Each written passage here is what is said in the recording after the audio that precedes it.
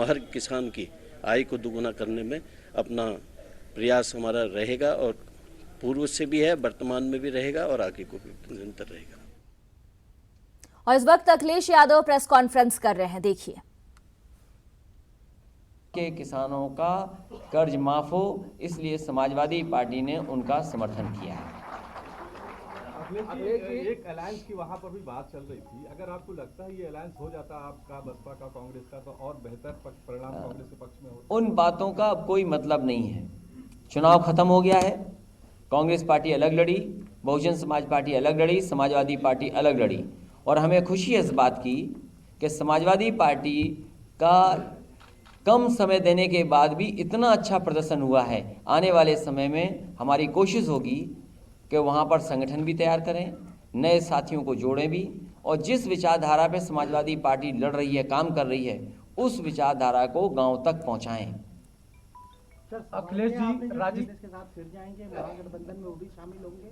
वो ख्याल 11 का इसलिए आया कि जिस दिन काउंटिंग हो रही थी वो तारीख 11 थी, इसलिए मैंने जानबूझ करके इस बात को कहा कि इन परिणामों के बाद भारतीय जनता पार्टी को जाना ही है, और भारतीय जनता पार्टी ने बहुत नफरत फैलाई है, बहुत जनता को धोखा दिया है, और अभी तो इन्हीं प्रदेशों में उनका ये परिणाम आया है। आने वाले समय में जब देश का चुनाव होगा उस समय भी भारतीय जनता पार्टी ने जो जनता को धोखा दिया है, भारतीय जनता पार्टी ने जो नफरत फैलाई है, भारतीय जनता पार्टी ने जो किसानों के साथ धोखा किया है, नौजवानों के साथ जो नौकरी और रोजगार को लेकर के धोखा दिया है, इन सब का जवाब आने वाले चुनाव में उन्हें मिलने जा रहा है। राजस्थान में कोई अलायंस करेंगे कांग्रेस के साथ? देखिए, अभी कोई अलायंस की बात नहीं होगी।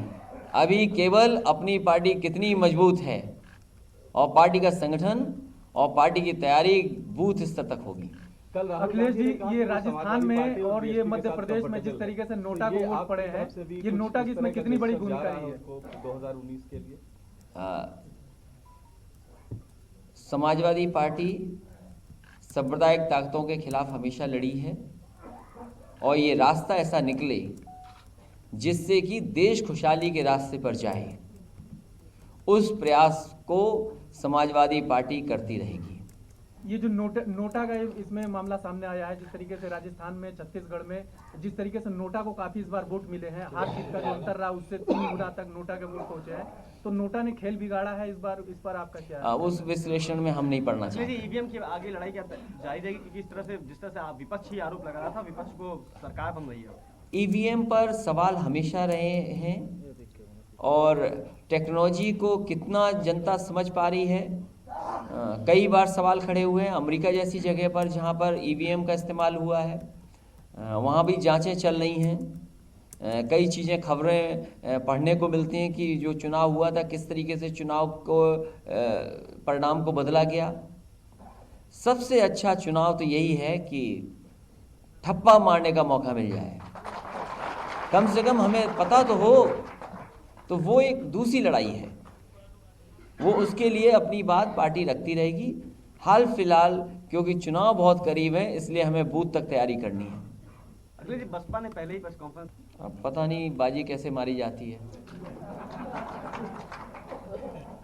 अखिलेश जी, जो एमपी में 230 सीटें थी, लेकिन कहीं न कहीं मतगणना में टाइम काफी ज्यादा लगता चला गया, तो क्या लगता है कि इस बार भी कुछ खेल करने की जरूरत में थी? अब ये प्रोसेस और प्रोसीजर इतना रहा होगा लंबा, इसलिए भी कि सब प्रत्याशी जितने थे उन्हें संतुष्ट कर करके ही चीज़ें हो रही होंगी।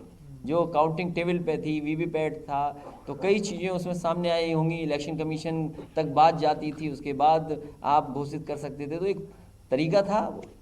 अखिलेश जी, लखनऊ में पोस्टर लग रहे हैं, पोस्टर बहुत चल रहा है, जिसमें मोदी वर्सेस योगी का चल रहा है कि योगी को प्रधानमंत्री का दावेदार बनाए।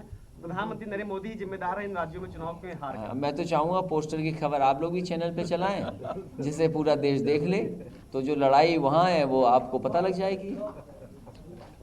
सर, आपका एक बयान आया था चुनाव के दौरान, और ये कि अगर योगी मुख्यमंत्री रहते तो समाजवादी पार्टी को फायदा होगा। हाँ, क्योंकि वो भगवानों की जात बता रहे हैं तो अच्छी बात है। अभी तो कुछ ही भगवानों की जाति बताई है, अगर वो सभी भगवानों की जाति बता दें तो हमें काम आसान हो जाएगा। हम अपनी जाति वाले भगवान से कुछ मांगेंगे, हम इधर उधर क्यों मांगे कोई चीज? तो स्कूली और अब तो उन्हें खुद बताना पड़ेगा कि किस भगवान ने उन्हें क्या दिया है, क्या मिला उन्हें, बताओ। अखिलेश जी, राम मंदिर मुद्दा रहा बीजेपी के हार का? समाजवादी पार्टी विकास की राजनीति करती है, समाजवादी पार्टी खुशहाली और तरक्की की राजनीति करती है। अखिलेश जी, राम और समाजवादी पार्टी ने तमाम ऐसे उदाहरण पेश किए हैं जिस पे अमल अगर दूसरे प्रदेश की सरकारें भी करें तो जनता को ज़्यादा राहत मिलेगी। क्या राम मंदिर का मुद्दा आज सवाल ये है कि धान की कीमत मिल रही है कि नहीं मिल रही है। जो किसान की पैदावार की आय बढ़ने की बात थी, कितने किसानों की आय बढ़ गई? आलू का किसान आत्महत्या कर रहा है। अभी कुछ दिन पहले कन्नौज में एक किसान ने आत्महत्या की, आज फिर किसान ने आत्महत्या कर ली। और याद रखो टीवी चैनल वालों, आपको किसान की आत्महत्या को बहुत हाईलाइट करना चाहिए, बताना चाहिए कि किसान कितना दुखी और परेशान है। नहीं, कल को आपकी जब परेशानी आएगी तो कोई नहीं बोलेगा आपके बारे में। नौजवान लड़के ने भी नौकरी को लेकर क्या कर ली है? फौज नहीं, ये सच है। ये जो सवाल पूछ रहे हैं आप, एकदम सही पूछ रहे हैं कि कितनी परेशानी की बात है।